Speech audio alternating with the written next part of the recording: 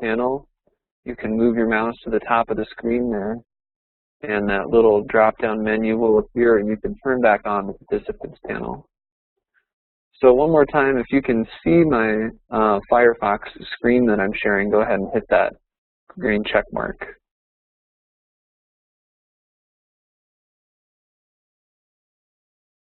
Great, that looks like it's showing up for everybody. So you can all hit the green check mark one more time, and that will take away that feedback for you. Okay, so just to get started, the changes that we're going to look at in this version of D2L are pretty minor. So the last time we had an upgrade last year, if you remember, we had some pretty major changes to the way that D2L looked. A lot of cosmetic changes there. And really the changes this time around are definitely not as big as that. We just have a few features that have been added to some of our tools, and the biggest difference we'll see is the way that the discussion tools look and work for you. So it's been so long since I've been using this new version, just the last month or so, that I can't remember if the course home button used to be all the way to the left on our toolbar right here. But either way, if it was or if it wasn't, there are two ways to get to your course home page in this upgraded version of D2L. One of them is by clicking on the name of your course up at the top here next to My Home. And the other one is to click on the CCC Online logo here in this banner. And you'll notice that this logo and the banner look a little bit different in our upgrade here. So the first place we're going to go and look at the changes is in content. So when I go here, you'll see that this screen looks the same as it did before. When I go into a specific page, there's a couple of things that are different here. So if I scroll down to the bottom, I'm going to see this little menu right here where I can make some changes, and one of them is to completion tracking. So if you remember completion tracking, this is a tool that was added in the new version of D2L 10 last year. And basically the way that this tool works is it gives students a way to keep track of the work that they've been doing in the course. So there are a couple ways that you can set this. You can set it to an automatic setting where it will automatically tell students that they've completed something. So when they visit a page like this, as soon as they click on that page and read it, it'll mark it as completed for them. If they take a quiz, it'll automatically say you've taken this quiz. You can also set this to a manual setting. That means the students just have to click the checkbox themselves once they've completed the work. So they may go to this page and read it 3 or 4 times before they say, I'm done with that, I've completed it, and then they'll click on it. And it doesn't connect to anything in the grades of the course. It's just a personal tool for the students to use to keep track of what they've looked at or completed in the course. So down here, underneath the page is where you can set that tool. So here you can set it to be automatic, you can set it to be manual, or you can set it basically to turn off completion tracking, which is what not required means. That will turn off completion tracking so students don't have a button, a box to check for this piece of content. So that menu there just used to only be on the table of contents, and the change here is that that menu is right here underneath the content on every single page. Now, the other thing that's different in content is, if you remember the old version of D2L, version 9, we used to have a content map that was always on the left here that would show you the modules in the course and the pages in the course, and would show you where you were in that course structure. So they've brought that back in a sense. There's a little tab that sticks out on the left here. If you move your hand over to it, you can click on that, and you can see that content map pop out. But it doesn't show us everything in the content map like it did in version 9. The difference is that it's just going to show you the module that you're currently in. And you can navigate through the modules in the course using these left and right buttons at the top here. So I can move to Module 2.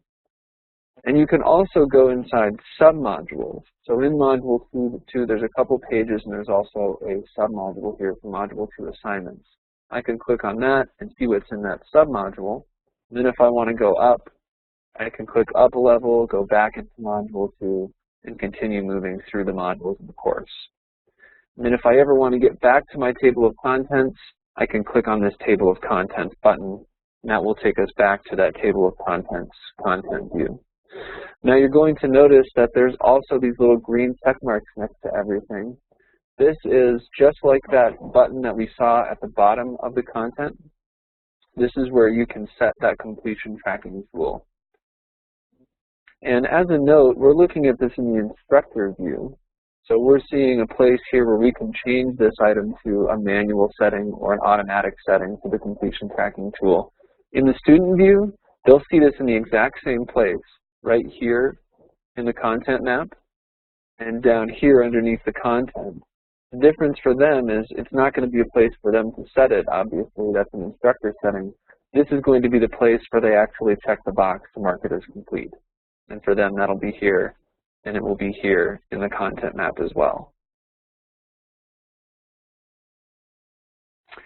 So we had a question from Eric Thompson, and he was saying, can we see a class record of the completion so we know at a view who has completed something and who has not?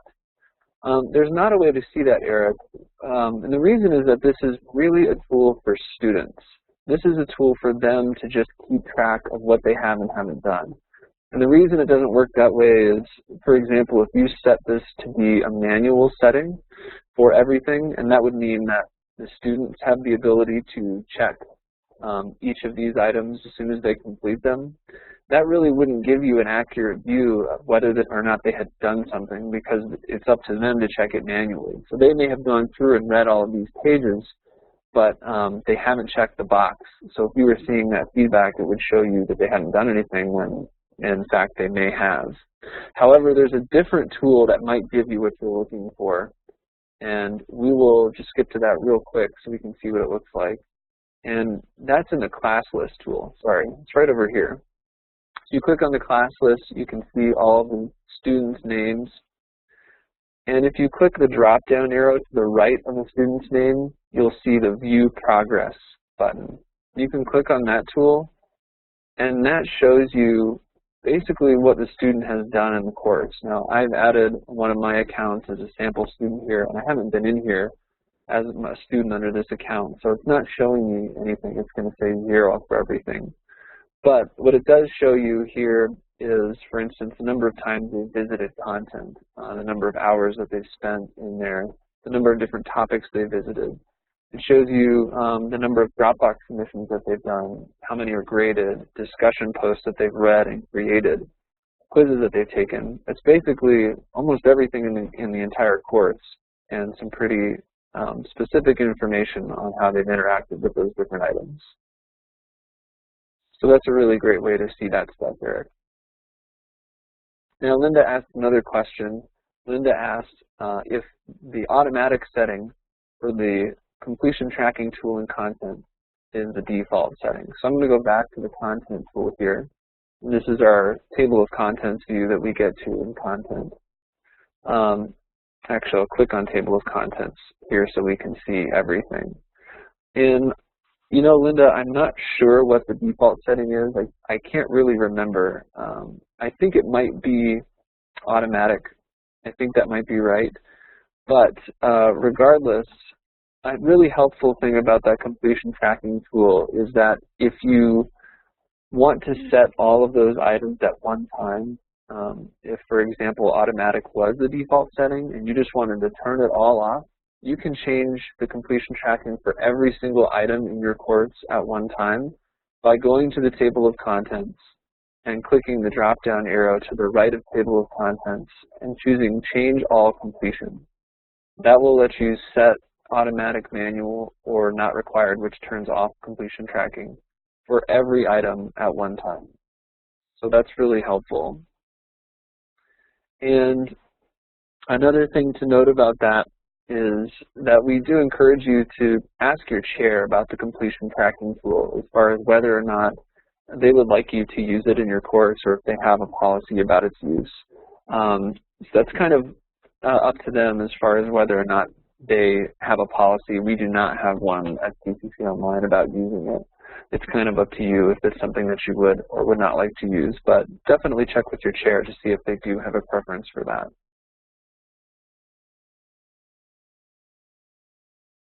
So I'm going to continue on here. Greg, I noticed that you did have a question that you put in when we started. I'm going to save that for the end there, if you don't mind. So we're going to move on from content here into the discussions tool. So when we go into discussions, we're going to see kind of what we saw before, where you see each of the forums and each of the individual topics. But we have some updated stats underneath each of these topics here that are helpful. So each of them is going to show us the number of unread posts in that discussion, the number of total threads, the number of replies, and the number of views. So those are just some helpful numbers to show you, and you can see that it highlights the unread posts. So it's really easy to kind of scroll through and see if there are any unread posts in each of these topics here. So I'm going to go into the introductions discussion where I can see I have some unread posts and show you what this looks like. So this is the updated reading view in discussions.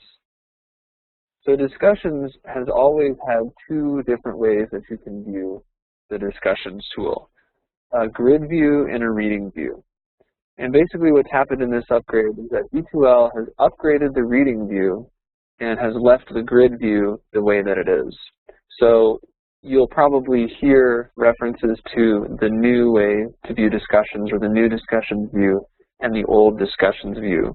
And if you hear that or read that, that's just basically now is referring to the grid view as the old view and the reading view, which is this updated one, as the new view. So before I show you how this new view works, I'm going to switch my setting, which you can always do to switch between the grid view and the new reading view in this settings menu here. I'm going to switch my setting back to the grid view, the old view. So you can see what this would look like in that view. So this will look familiar to you if you're used to using this view. You'll see that we have 3 threads here, and on this third thread, there are 3 replies that have been made to it. So that I just want to show you that so you kind of have an idea of what we're looking at when we go to the new view. Now you'll also see, if you're using the grid view, that there's a message up here that says we've updated discussions, try the new discussions here. So this is just what we were talking about. When they say new discussions, they're referring to the reading view, which has been updated. So if I click on this, it will automatically take me to the updated reading, the new reading view. And the students will see the same thing here. If they are in the grid view of discussions, they'll have that ability to click that link, and it will automatically switch them to the new reading view. So if we scroll down here, we can see exactly what we were seeing before. It's just in a different format. So we can see that there are 3 threads here, and then inside of each of these threads are the replies. So the big difference here is that it's not going to show us all of the replies automatically like the old reading view did. It's only going to show us the threads. And if we want to see the replies in each of these threads, we can click on the title of that thread to go into it and see all of the replies.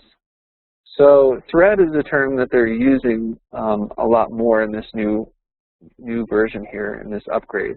You can see that this compose button actually doesn't say compose anymore. It says start a new thread. So if you're not familiar with the term thread, basically what that means is anytime that a student or you as an instructor post a reply, or excuse me, create an initial post in a discussion topic, that's considered starting a new thread. And people have the ability to reply to your thread, and when they do that, they're just adding more items to that original thread. They're not creating their own new thread there, they're just replying to your thread. So each string of posts that starts with your initial post is considered a thread. And that's what we're seeing here, is each thread. And inside of each of them, we have our stats for the number of total replies in that thread, the number of views, and the number of unread replies in that thread. So if I want to go in here and read these, I can click on the title here, or I can click unread. And if I click on unread, it's just going to show me the unread replies. And this can be really helpful because if you're just going back into a discussion topic to see if there are new threads or new posts rather from students, this is an easy way to scroll through and just see what's new. You don't have to go and hunt in there through stuff that you've already read. So I'm going to click on that and show you what that looks like. So here's Jenny's initial post, and these are the 3 replies to that thread. And you can see that they have a blue line here that shows me that they're new.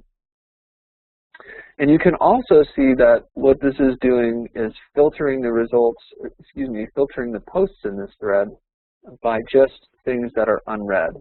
So if there were additional posts in here, I wouldn't see them. I would only be seeing the unread ones. And I can turn that off by clicking the X, and that makes that filter go away. So I had all of the posts marked as unread here. So what I want to do really quick is just mark one of these as unread and go back and show you what that would look like with that filter again. So I'm going to go back into my introductions topic where it just was. Now I just marked one of those replies as unread. And so now I can see there's just 1 unread reply and 3 total replies. So when I click unread replies here, I'm going to go into this thread, and now I'm just seeing that 1 new unread reply. And you can see that it's filtering it by unread, and I can turn that off by clicking the X here. And the reason that I'm really pointing that out is because I've been using this new version, this updated version, for some workshops for the past couple of weeks. And it's happened to me a few times where I've gone into the workshop and gone into some threads like this, and it's only been showing me unread ones. But I didn't see that up there. I wasn't really paying attention to it, and I was thinking, well, where are all the other posts? I know there were other posts in here. And it took me a second to realize, oh, it's filtering out the other ones. It's only showing the unread ones. And I had to remember to click that X and turn that off here. So now we can see here's the unread one, blue line, and these are the other ones down here. You can also see there on the left, it's showing us the number of unread replies here as well. So I'm going to go back into my discussions topic here.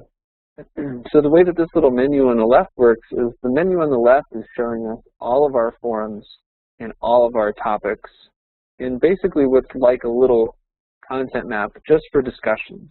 So I can click on each of these forums and expand it. It'll show me the topics inside of there. So right now I'm inside my introductions topic, which is in my Start Here Discussions forum. And it's highlighted blue to show me that I'm there.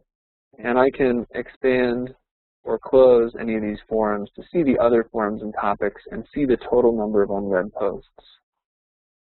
So I'm going to go back into this thread one more time and mark my post as unread so you can see the way that this works. As soon as I did that, it updated my count for me and showed me that in my introductions topic, I have 1 unread post. And this is a really handy way just to, as we said before, quickly go through your discussion topics and see where there are new posts that you haven't read yet.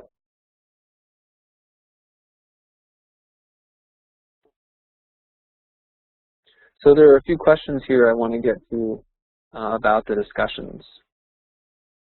So the first one is there was just a request to show us one more time how to switch the discussion setting. And that's up here in your settings menu. You can click on this button here, and in your discussion settings you could switch between the reading view, which is the new view we're looking at now, and the grid view, which was the old view that we saw there. And then you'll just save your change there. I'm going to cancel it now because I just want to stay in the view that we had before. And I'll go back into my introductions topic. You can see when I did that, it put me right in the introductions topic in my Start Here Discussions forum.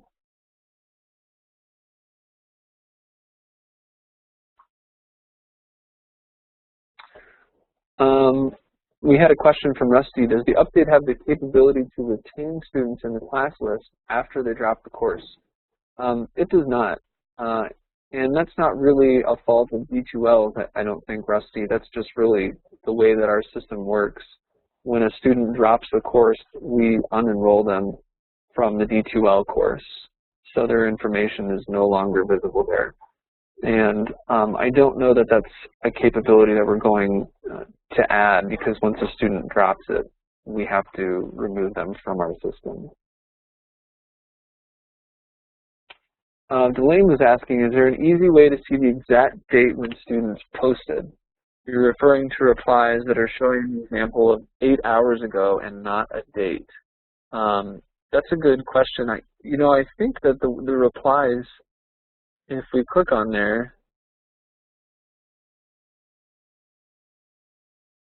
that's a really good question, Delane. I don't know that there is a way to see that.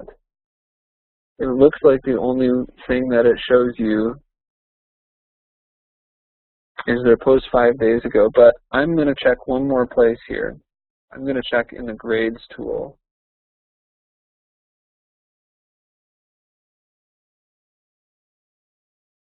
Okay.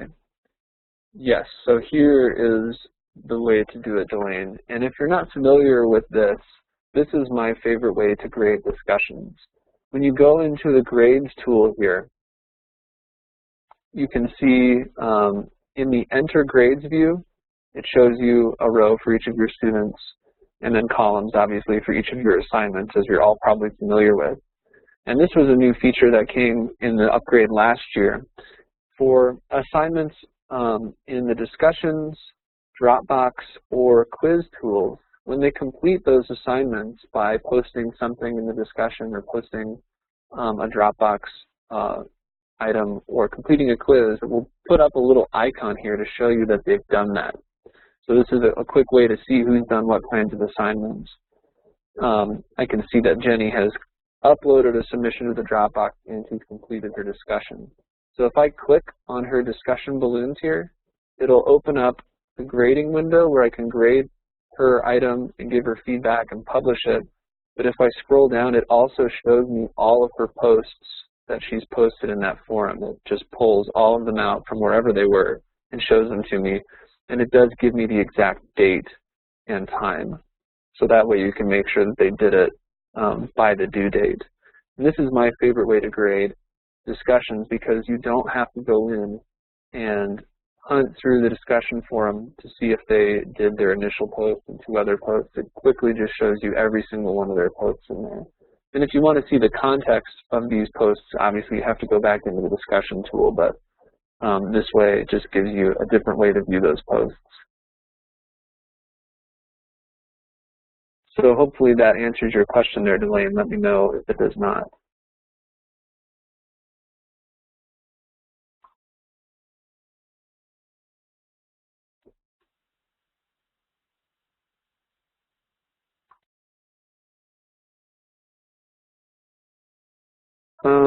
So Delane, I was reading what you were saying in response here, that you're not able to help them along during the week if they're missing a posting requirement.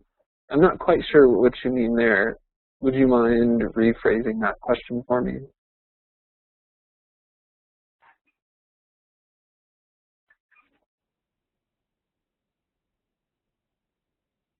Just more clicks. Yeah, I guess it is. It's just different. But at least for me, I'm not looking at the specific time at which they posted, unless I'm grading their discussion, and that may be different for you, obviously. But it does still show you the order in which the posts happened. So if I go into this, it does show me that this one was first, this one came after, and then this one came after. So you can at least see that. And that's really, for me, what's important when I'm exploring the discussions tool, unless I'm grading, at which time I want to see what the exact time was. Does balloon grading log the discussion post as read? That's a good question, Nancy. I don't believe that it does. I don't believe that it does, no.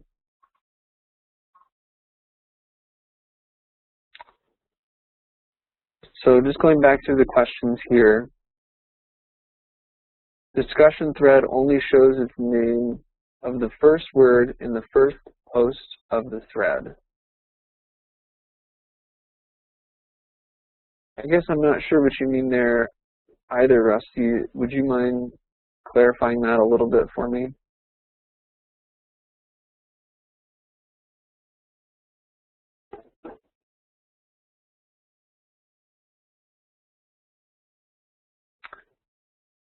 Okay, so we had another question. Is there an option to dock the message box in a different window in this new reading view as we can do in the old reading view? You know, I use tabs quite a bit when I'm working in D2L, and this hopefully might be the answer to that question. For example, if I want to have my grades open in one tool and my discussions in another one, I can click on grades here and be in my grades tool. If I want to open my discussions, I can click on that menu to drop it down, but instead of clicking on the discussions tool, I will right click on the discussions tool and choose to open that in a new tab. So now I have that discussions tool open over here, and if I want to pull that out, I can even pull out that tab so it's in its own window over here. And I can kind of do whatever I want with that. I can make it smaller if I want to keep my discussions over here in another panel and read them while I'm doing something else in my other window. I can do that. Another way to do that is to right-click on discussions and say open link in a new window. And that will automatically open it in a new window that you can resize however you feel is appropriate.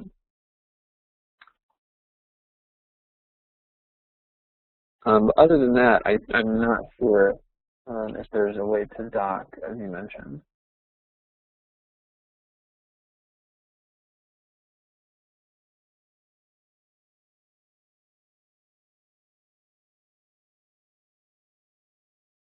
So let's see.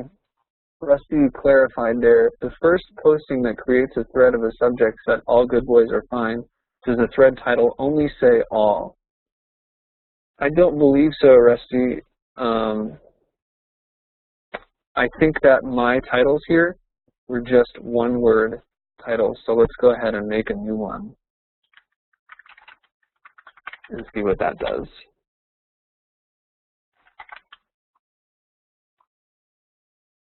So you can see there that that thread has more than one word there. Mine were just one-word titles for my threads.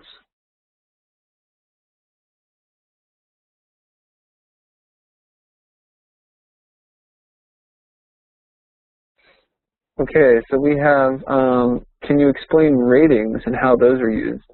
That's a good question. I'm not that familiar with ratings, to be honest. I have never used them in my courses. I don't believe that they have anything to do with your grading. I think that they're just a personal thing that you can use to keep track of how much you like or dislike posts. But to be perfectly honest, I don't have any experience using those, and so I can't really give you any insight into how that works, unfortunately. But what I might do is write that down, see if I can find a resource to share with you all later where you can maybe learn about that, because we had, looks like we had 2 questions about that one.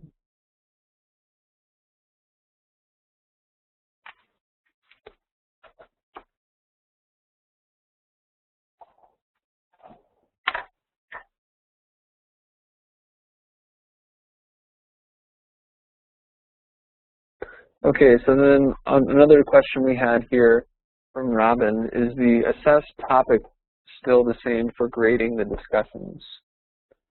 And I believe that it is. I'm going to try and remember where we find that here. So to the right, there's a drop-down menu next to the topic name, and we can click on Assess Topic, and it takes us into this Assess Topic view. And I don't believe there are any changes to the way that this tool works, Robin. My one thing that I always remind people of is to click that Publish to Grades button before they save them. because sometimes people forget to click that one. That's not a change, that's just a reminder. But I think that that is the same aside from that one.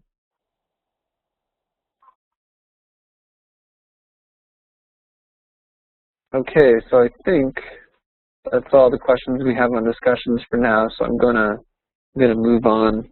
There are a couple quick other things that I want to show you in discussions here. I'm going to go back into my introductions topic. So another really nice new feature they've added is a quick user information card.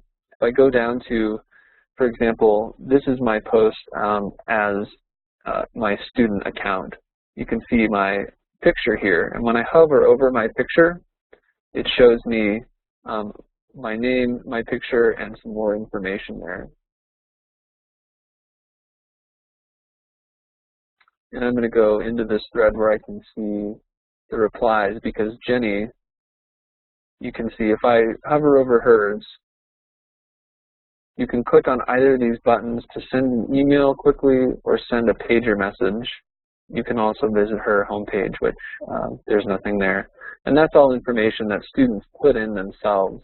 So students may not have a homepage there if they haven't put that in, but it'll show you their picture, their name, a little brief description, and you can quickly send them an email or a pager message if you have that function on. So that's just a really easy way to communicate with your students. If you read something they wrote and you quickly want to send them a reply or send them an email, you can do that.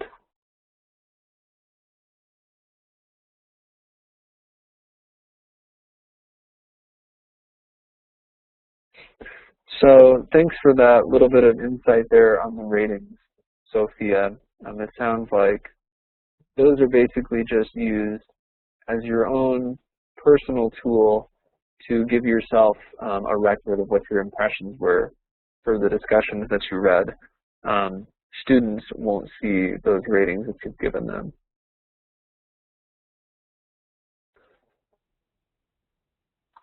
Okay, let's see. So the next quick thing I want to show you in discussions, if I go back out to my introductions topic, you can see there's a link to a discussion rubric tool.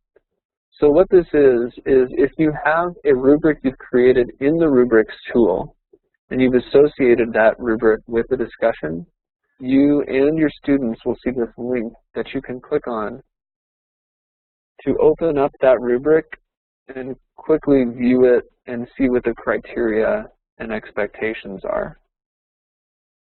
So all this is a reference, which means that if you grade a student's post using the rubrics tool, it's not going to show them their grade here. It's not going to show them their graded rubric or anything like that. All it does is show them the blank rubric so that they have a reference of what their expectations are for that discussion. But that's still a nice feature that they've added there. So just a couple more things here. I'm going to go back out to my main discussions list, and actually I'll go back into that introductions discussion again. No, I'm sorry.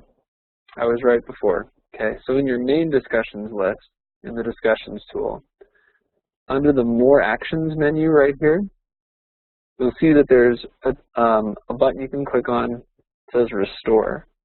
And what that does is that gives you the ability to restore forums and topics if they've been deleted. So if you accidentally deleted something, this would be a really easy way to restore it. So that's a nice backup feature there.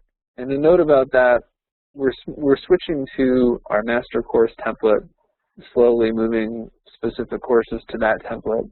And that model has certain things that you're able to edit in the course and certain things that you're not. So I'm not sure how, if you're on the master course template with one of your courses, I'm not sure how that will affect using this.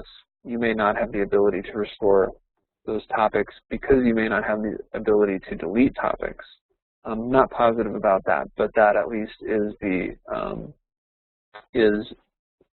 how that update has affected that. So I had a question from Anne, was asking about the pager tool and why you can't turn it off. You know, I think, Anne, that is not It doesn't have anything to do with the permissions that we're giving you. I think that's a limitation of D2L itself, where even if you disable that tool, it's not something you can disable from within a specific course. I think it's just, you know, that's a global thing that you can either turn on or off, unfortunately. So it's either on for courses or it's not, I think is the way that that works. All right, so the last thing about discussions is that if you go up to the notifications thing here, if you click on the notifications menu in the menu bar, it shows you when new posts have been added to discussions, and you can click on that post, and now it will take you straight into the post. Now these are news items, but if you saw news discussion post here and you clicked on it, it would take you straight into that topic, straight to that post to show you what it is.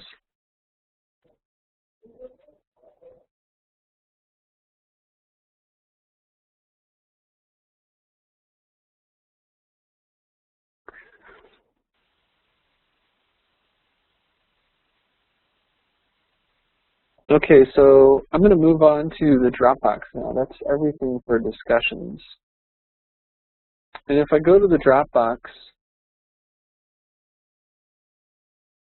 the first update I'm going to show you is that the Dropbox also has this new added ability to restore things that have been deleted. So again, I don't know how the master template is going to affect that for CCC Online instructors. But if you click on more actions and go down to event log in the Dropbox, you're going to see the same thing here where you have the ability to restore deleted things. Now, on both of these screens I showed you, I haven't deleted any Dropboxes. If I had, I would just see them listed here, and I could click a checkbox and click restore to restore them easily. But the big update I'm going to show you in the Dropbox, if I click on this Dropbox assignment and scroll down, is the ability to bulk download and edit your student submissions. By editing, I mean putting feedback in them, and then re-upload those submissions. So the way that that works is you can see all of your submissions at one time in this view. I just have 2 right now, and they're both from Jenny, but every student and their submission will show up in this list here. So I can click this checkbox at the top, and that will select all of my students and all of their submissions. And I can click this download button. That will download all of those submissions into a zip folder. If I click that, you'll see your zip folder file is being prepared. And if I save that to my computer and open it, it will have all of these files inside of them. So the way that this new feature works is you can open up these files on your computer once they're downloaded, open up the zip file, and open up this RTF file, for example, and you can type in feedback inside of a student's paper. And when you did this, a good way to go about it might be to type your feedback in a different color or in a different font, maybe bold it, some way that the students will know that it's you typing. And then once you've done that, you would save this item, and you would save it with the exact same name. So I wouldn't change the name of it to edit it or anything like that. I would just save that file.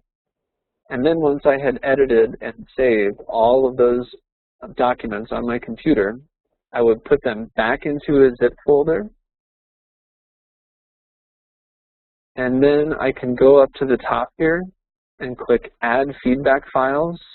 And here is a place where I can drop that zip folder with all of those edited files, click Upload, and what it will do is replace all of these original files with the edited new files that you've created that include the feedback that you've put in there for students. So they can now, the students will now be able to click on their item, and instead of seeing their original paper, they'll see their paper with your edits in there. So that's how that bulk download and upload feature works.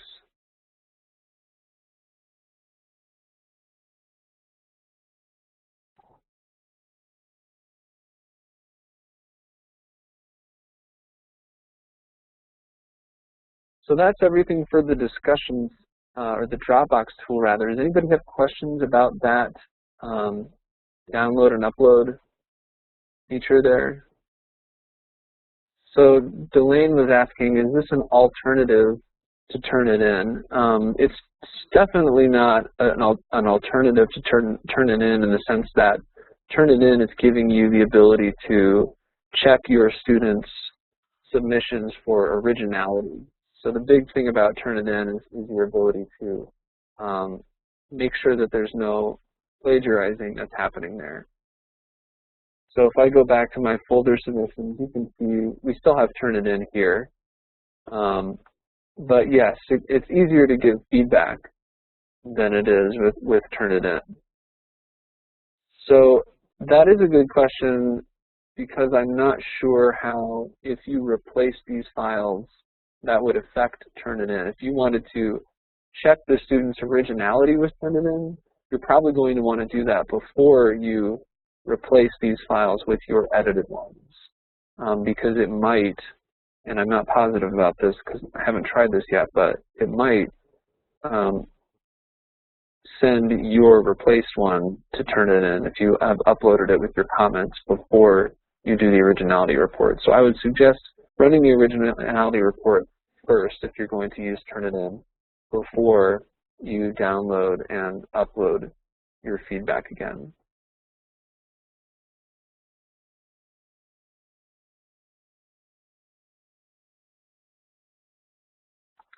And you can still, in each of these,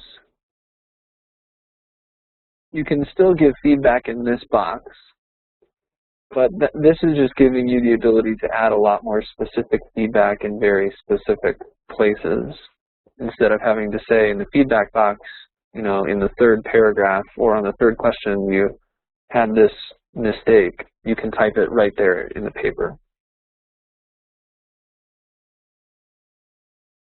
So Judith was asking if you can use track tools still to add comments. I'm not familiar with track tools, Judith. Forgive me, I haven't used that, so I don't know about that. If you want, you can let me know maybe where that is in here, where I can find that, and I can see. But I'm not sure what that is.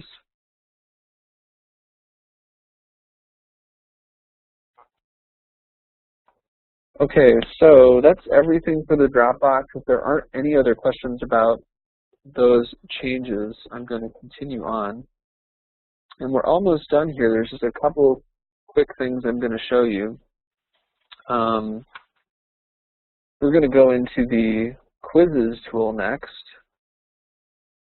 And the one thing I want to show you here, oh, Judith. Okay, so Judith was asking about in Word, you can make comments that show up in red. That's a good question. I don't know if you use the track changes tool in Word, I don't know if when you upload that into D2L, the students are going to see those bubbles in the paper when it displays it for them on the screen like we were looking at. I'm just not positive about that. You might want to experiment with that with Jenny Grade, but I'm not positive. I would think that. Oh, okay.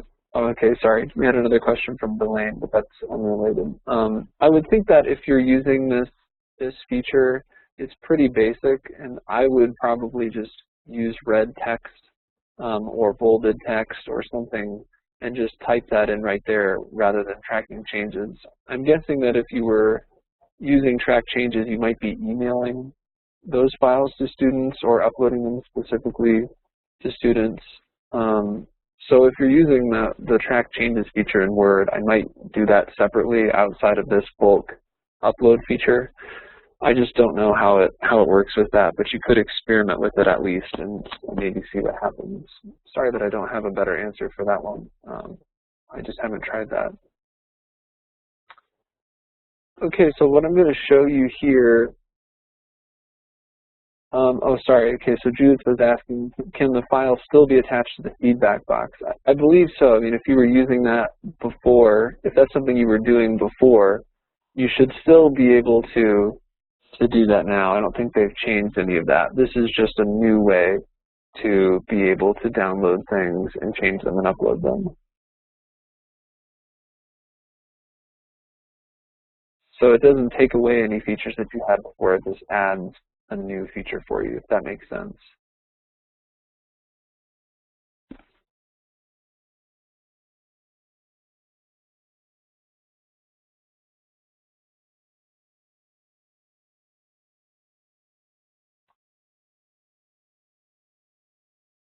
Okay, so in the quizzes tool, what I'm going to show you here is a change in the way that you will manually update quiz grades. So if I go into this instructor support quiz, for example, I'm going to click this drop-down menu right next to the title of the quiz and go to grade. And here I can see all of my attempts. So if I click on attempt 1, I'll go in and see Jenny's attempt here. And this is where I can edit or change her scores here. So if, for example, I wanted to, for one thing, grade any long answer questions, I would have to do that here. Or if there was a question that was incorrect in the test bank and I needed to change her score because the answer that she selected was the right one and the test bank had the wrong one, I can do that here by changing it to 2 instead of 0. So if I want to save that change, I'll just go down here and click Save and Close, or just Save. It'll save my manual change. So the reason I want to show you this is because at the top there's an Auto Grade button, and the way that this works is if I click on this, I think this button used to say Recalculate here, and that would kind of recalculate your score based on those manual changes that you made. So this Auto Grade button at the top is not going to do that though. Auto grading is going to reset the grade back to the auto grading settings based on the quiz test bank. So it even kind of tells you that when I click on it, it'll say this attempt will overwrite any changes made to this grading. You want to continue. If I hit yes, I can see that my change of giving her 2 here is gone.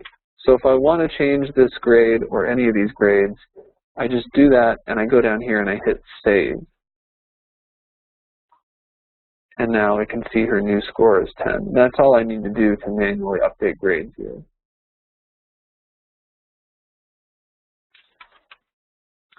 So the last note that I have for you guys is about the HTML editor. And the note about that is just that it looks a little bit different now in different areas of D2L. And what I mean by that is if I go into this introductions post here and I'm going to create a new thread, here's an example of the HTML editor. It always looked a little bit different in different places, but they just sort of changed a couple things as far as what you see by default up at the top or at the bottom. But the thing I want to make sure that you know about this is that if you ever are not seeing all of the editing options in an HTML editor wherever you are in D2L, you can always click on these three dots, the ellipses here in the top right corner, and it'll expand and show you more options. So that's the note there about that.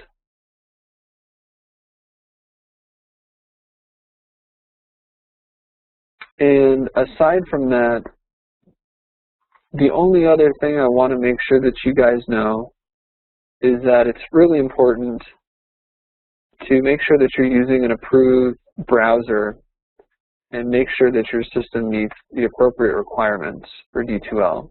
And you can view those all the time by going to our professional development website. And I'm going to send that link to all of you right now in the chat window.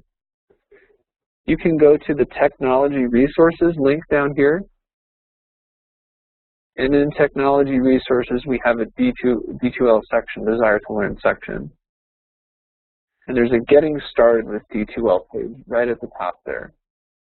So the very first page here, if you scroll down, it'll show you what our system and software requirements are. Well, rather, they're not our requirements, they're D2L's requirements. And it'll show you what browsers are supported. So you'll see some of them say unsupported, some of them say maintenance, but you want to be looking for the ones that say supported. And that's kind of the first thing you want to check. If you're ever having any technical issues or not seeing anything correctly, you want to make sure to check that. The other note about HTML editor here is that the equation editor has been updated as well. And the difference there is that it's no longer a Java-based tool. So it's not going to rely on you having the correct Java plugins on your computer.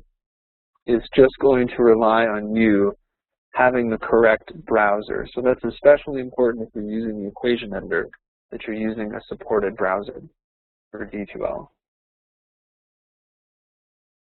So that's everything I have prepared for you guys. So we're just going to take a few minutes now and make sure to answer any other questions you have about the changes that we've looked at.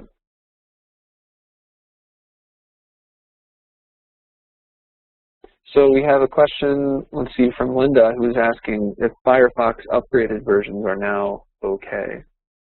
So if you scroll down here, you'll see, I think that under both Windows and Mac OS, the newest version of Firefox is the one that's supported and recommended, actually, for Windows especially. So yes, the newest upgraded versions of Firefox are good.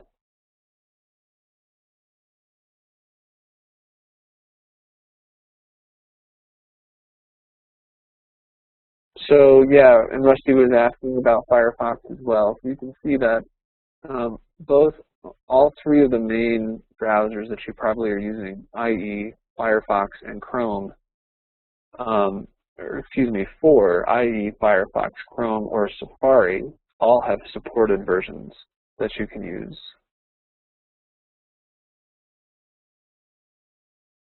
Okay, so just going back up to make sure I didn't miss any questions here. Delane asked, all of my saved news posts are showing up when I try to reorder, even though they are dismissed. Any tips about that?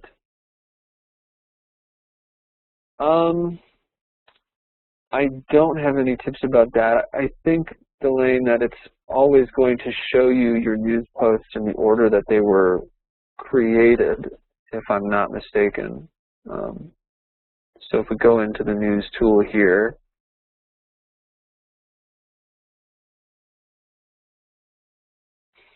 I think that, I think you can reorder them by clicking on these little titles up here. So if I want to sort them by title, I can do that. If I sort them by start date, I can do that. So you can sort them in different ways if that helps you sift through your news posts. But I think it's still going to show you those dismissed ones as long as they're still in here. Is that what you're asking about, Delane? No, that probably doesn't help, but I don't, unfortunately, really have any tips to help with that.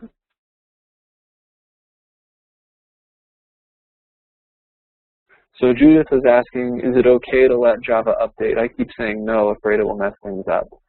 Yeah, it's definitely okay, and probably a good idea to update your Java. A lot of those updates have security changes to them to make sure that nothing harmful is going to happen to your computer.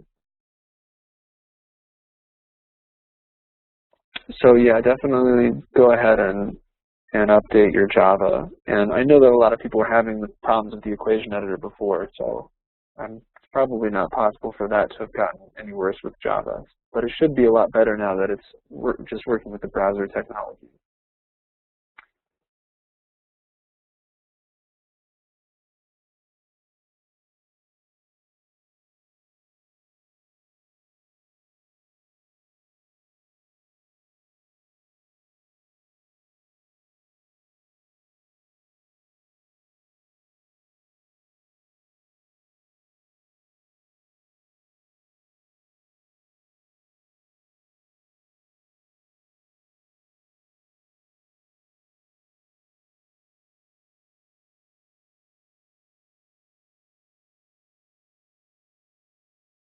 thing to note is that sometimes rather than having that ellipses, there's an advanced tab.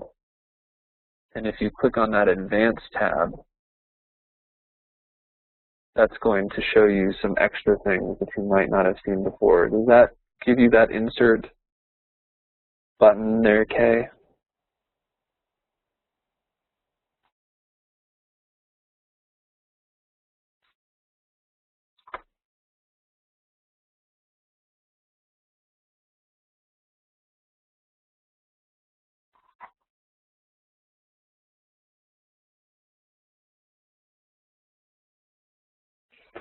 Okay, so Kay, you're saying that you can see it here in the advanced tab, but you're not seeing it where we had the ellipses. So you wouldn't be seeing it here, for example.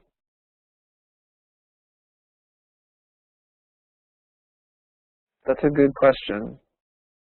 I don't have the answer to that one, but I'm going to write that one down as well and email you all the answer to that when I find it out.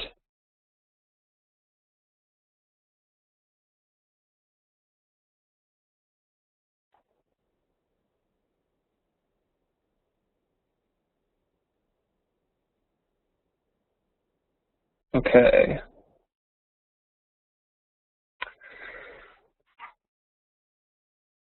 So we had a question, and actually there was a question earlier too about subscriptions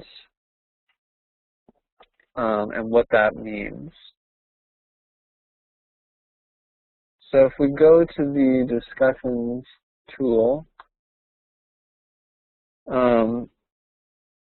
you can subscribe to discussion forums and posts by clicking on this button here to the right of those.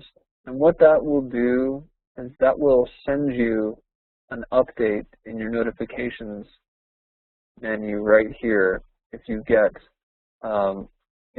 posts put in topics and forums that to which you are subscribed.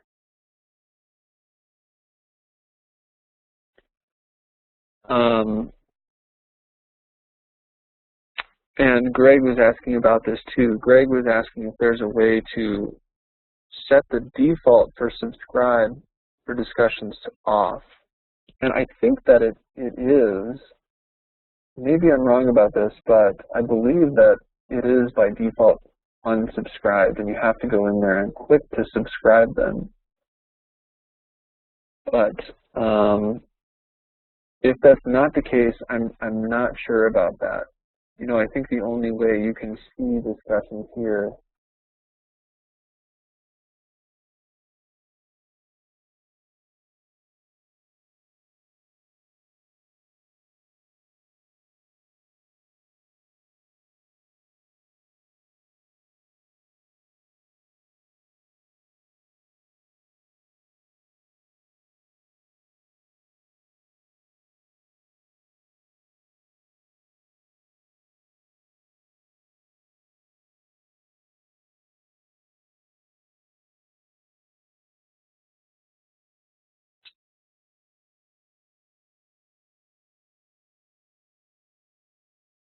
you see down here, it shows you instant notifications. You can set this to send you an email if you get a new post in a topic or thread that you subscribe to.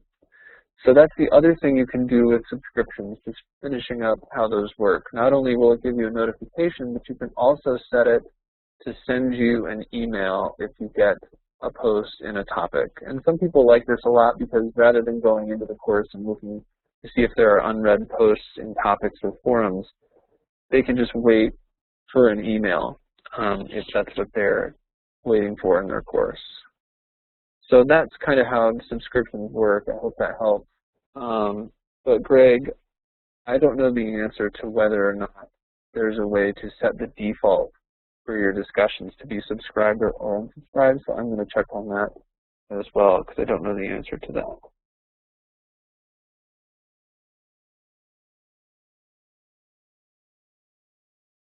So just give me 1 second here. I'm just making sure to write that down.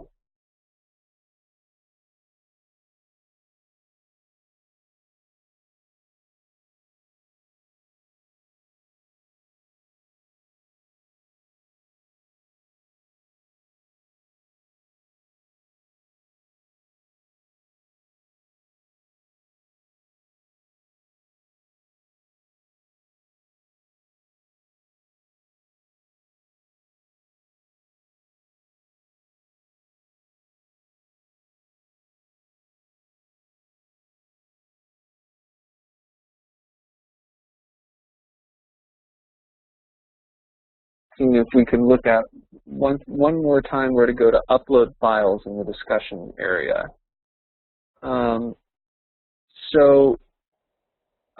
Mary, maybe were you asking there about the Dropbox tool where we were looking at bulk uploading your edited files? If you don't mind just posting to let me know if that's what you're asking about, or if you are asking about uploading things in the discussion. Okay, yeah, so in the Dropbox, we're going to go to the assignments menu here, go to the Dropbox tool, and we're going to go into a specific Dropbox assignment.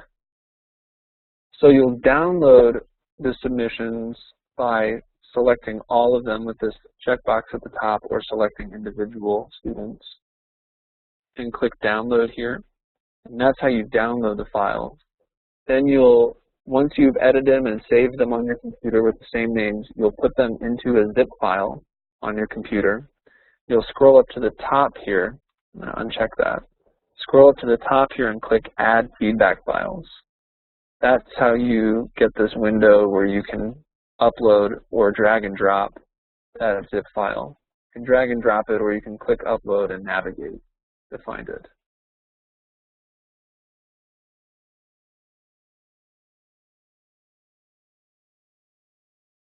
Ruth is asking, how do I get to the page I'm on right now? But that was like a minute ago. So what I just did was I went to the assignments menu, I went to Dropbox, and that shows me all of my Dropbox assignments. Then I can click on a specific assignment to see my folder submissions right here. Hopefully that shows you the page that you're referring to there, Ruth.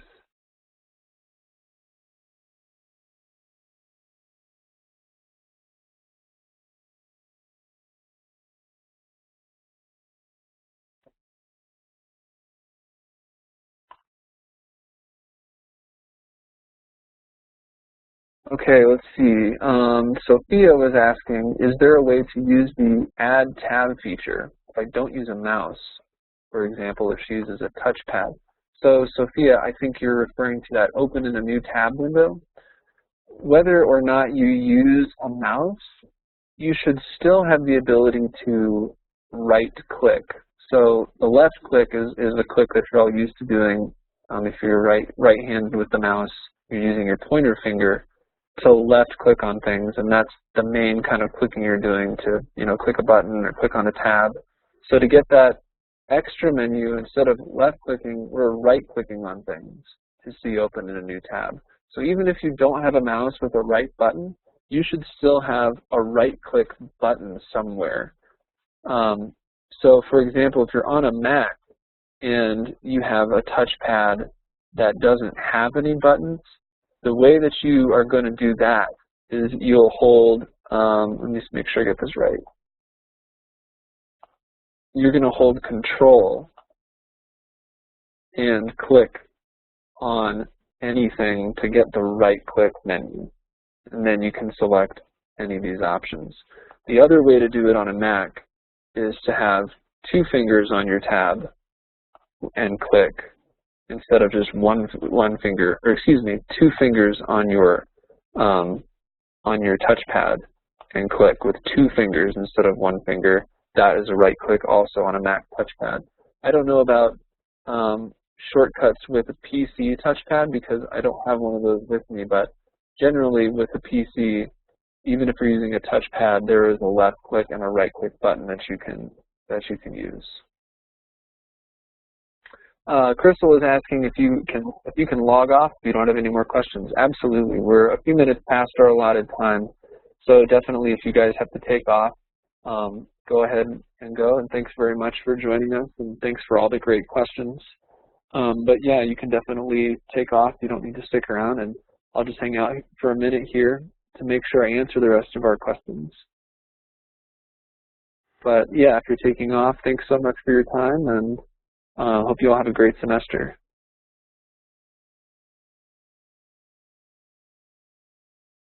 So let's see.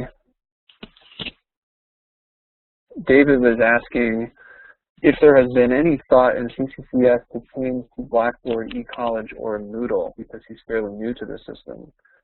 I think that, I think that we're always reassessing our platform that we're using, David.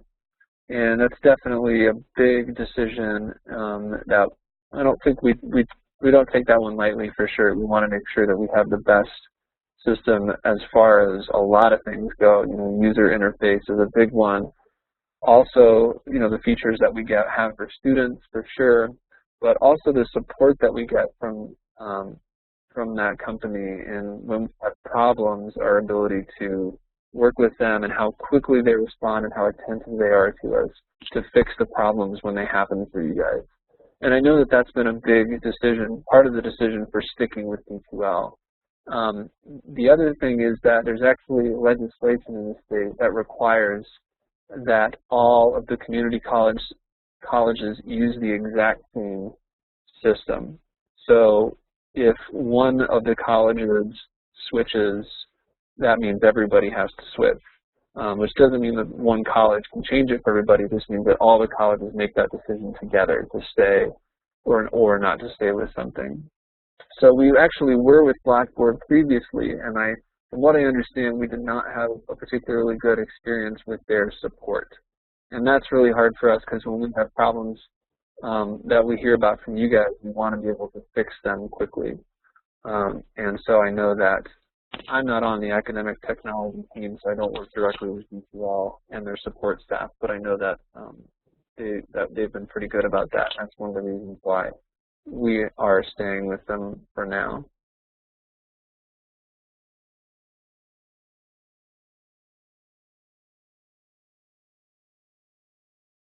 Oh, okay. So Ruth was asking, how did I get to the notifications page?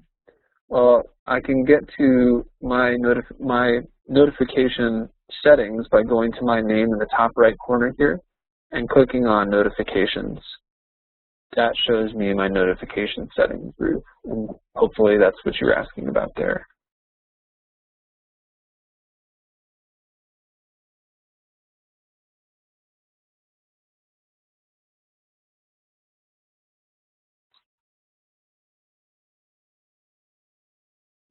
Hilton had asked before if I could show an example with the equation editor. Well, I have not used the equation editor.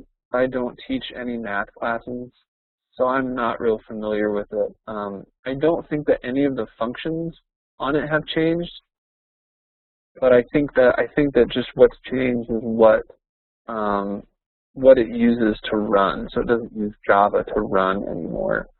It uses your browser's technology to run. So this is what the equation editor looks like, but I really have no experience using that because that's just a math-specific thing.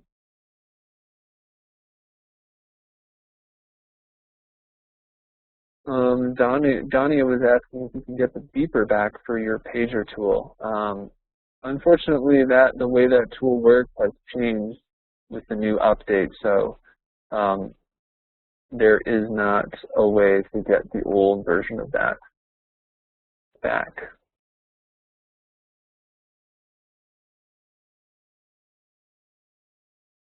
Anne says she's heard that you have to use the equation editor in the reading mode, not in the grid mode. That might be true, Anne. That very well might be true. I'm not sure about that. But I know that D2L is trying to get us to use that new view with like that message at the top prompting you to switch. And I would encourage you all to use that new view because you're going to get a lot of cool features here about seeing unread replies that you didn't have before. So that's a great tip, Anne. Thanks for that. If you are having any problems with the equation editor, try using it in the reading mode and not the grid mode and see if that fixes that for you.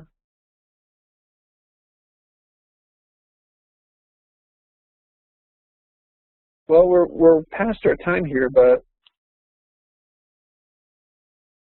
let's see here. Sorry, Linda had a quick question. I was setting dates for the Dropbox and quizzes. By adjusting the beginning and end dates, the dates changed.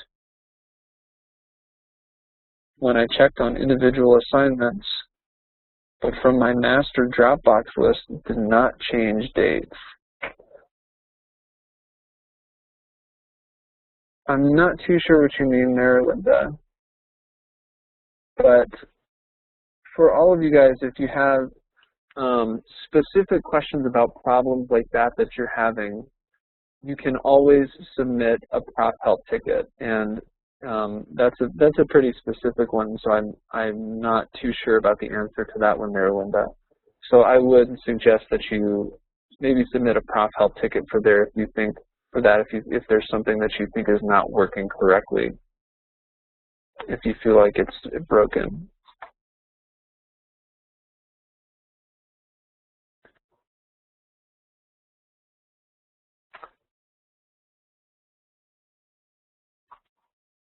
So are there any other quick questions here?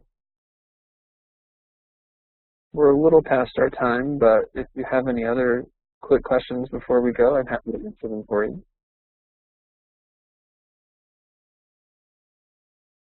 But if not, if you think of any later, if there are technical issues that you're having, definitely submit a prop help ticket to get the best response there. If there's any other questions you have about the content that we talked about today that you think of, you can email me. And I have a few questions that I wrote down here that I did not have the answer to that I will find the answers to those and I will get them to you all as quick as I can.